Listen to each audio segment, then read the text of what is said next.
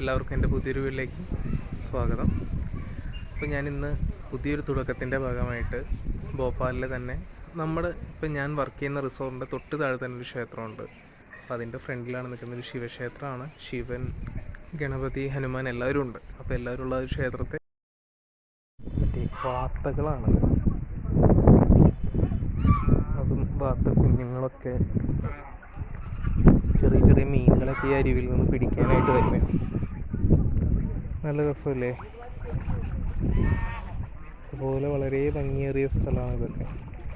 അതായത് നർമ്മദ ദേവിയുടെ ജന്മമാസം കൂടിയാണ് ഈ ജനുവരി എന്ന് പറയുക. അപ്പോൾ ഇപ്പം കണ്ടിന്യൂസ് ആയിട്ട് ഇവിടെ ഭയങ്കര തിരക്കും കാര്യങ്ങളൊക്കെ ആയിരിക്കും. അപ്പോൾ അതിൻ്റെ വീഡിയോസൊക്കെ പുറകെ വരുന്നുണ്ടാവും. നമ്മുടെ ഈ വീഡിയോ നിങ്ങൾക്ക് ഇഷ്ടമാണെങ്കിൽ തീർച്ചയായിട്ടും എൻ്റെ ഈ ചാനൽ സബ്സ്ക്രൈബ് ചെയ്യണം. അതുപോലെ ലൈക്ക് ചെയ്യാം. നിങ്ങളുടെ വിലയേറിയ അഭിപ്രായങ്ങൾ കമൻ്റായിട്ട് തരിക. നദിക്ക് നല്ല ഒഴുക്കൊക്കെ ഉണ്ട്. ആളുകളോട് ചൂണ്ടയൊക്കെ ഇടുന്നുണ്ട് മീൻ പിടിക്കാനായിട്ട്. അതാ അമ്മയും കുഞ്ഞുങ്ങളും. നല്ല രസമല്ലേ? ശരിക്കും പറഞ്ഞു കഴിഞ്ഞാൽ ഈ വീഡിയോ ഞാനിപ്പോൾ ഒരു വൈകുന്നേരം സമയത്താണ് എടുക്കുന്നത്. അപ്പോൾ നമ്മൾ വൈകുന്നേര സമയത്താണ് ഈ നർമ്മദയുടെ അടുത്തേക്ക് വന്നിരിക്കുന്നത്. കാര്യം അവിടെ ഇവിടെയൊക്കെ നിറയും വേസ്റ്റും കാര്യങ്ങളൊക്കെ ആൾക്കാർ കൂട്ടിയിട്ടാണെങ്കിലും, പക്ഷെ ഇവരിങ്ങനെ വന്നേച്ചും ക്ലീൻ ചെയ്യും കേട്ടോ, ഇത്ര ദിവസത്തിൻ്റെ കാര്യങ്ങളൊക്കെ വന്നേച്ചും.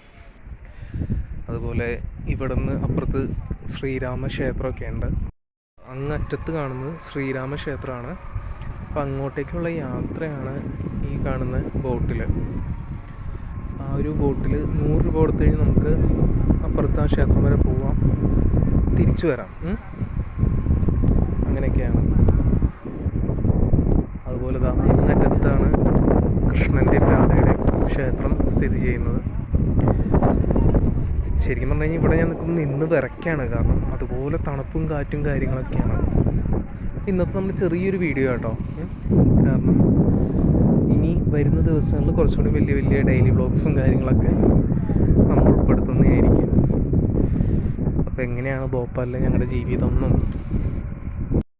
ഭോപ്പാൽ എങ്ങനെയാണെന്നും ഈ നർമ്മദപുരം എങ്ങനെയാണെന്നൊക്കെ നമുക്ക് ശരിക്കും അറിയാൻ പറ്റും. കാരണം നിറച്ച്. അപ്പോൾ നമ്മുടെ കൊച്ചു വ്ളോഗ് ഇത്രയും ഉണ്ടായുള്ളൂ. അപ്പോൾ എല്ലാവരും എൻ്റെ ചാനൽ കയറി സബ്സ്ക്രൈബ് ചെയ്യുക, ലൈക്ക് ചെയ്യുക, കമൻറ്റ് ചെയ്യുക, ഷെയർ ചെയ്യുക. അതുപോലെ അടുത്തുള്ള ബെൽ ബട്ടൺ കൂടെ ഒന്ന് ഇടിച്ചു പൊട്ടിക്കുക. Okay, thank you guys. See U.